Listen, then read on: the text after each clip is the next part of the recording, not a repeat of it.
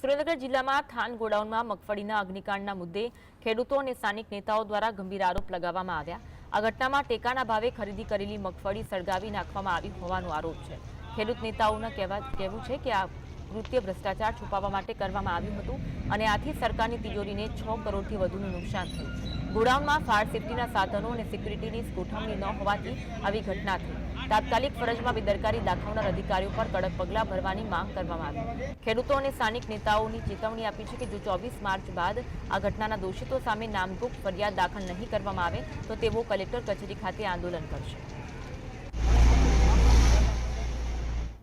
અમારું સ્પષ્ટ માનવું છે કે મંડળી સંચાલકો જે લોકો સેન્ટર ચલાવતા હતા એને જે પેપર ઉપર બતાવવામાં આવ્યો છે ક્યાંક ને ક્યાંક એટલો સ્ટોક ખરીદી કરી જ નથી, એટલી મગફળીની ખરીદી નથી કરી, બારોબાર પૈસા ચાવ કરી દેવામાં આવ્યા છે।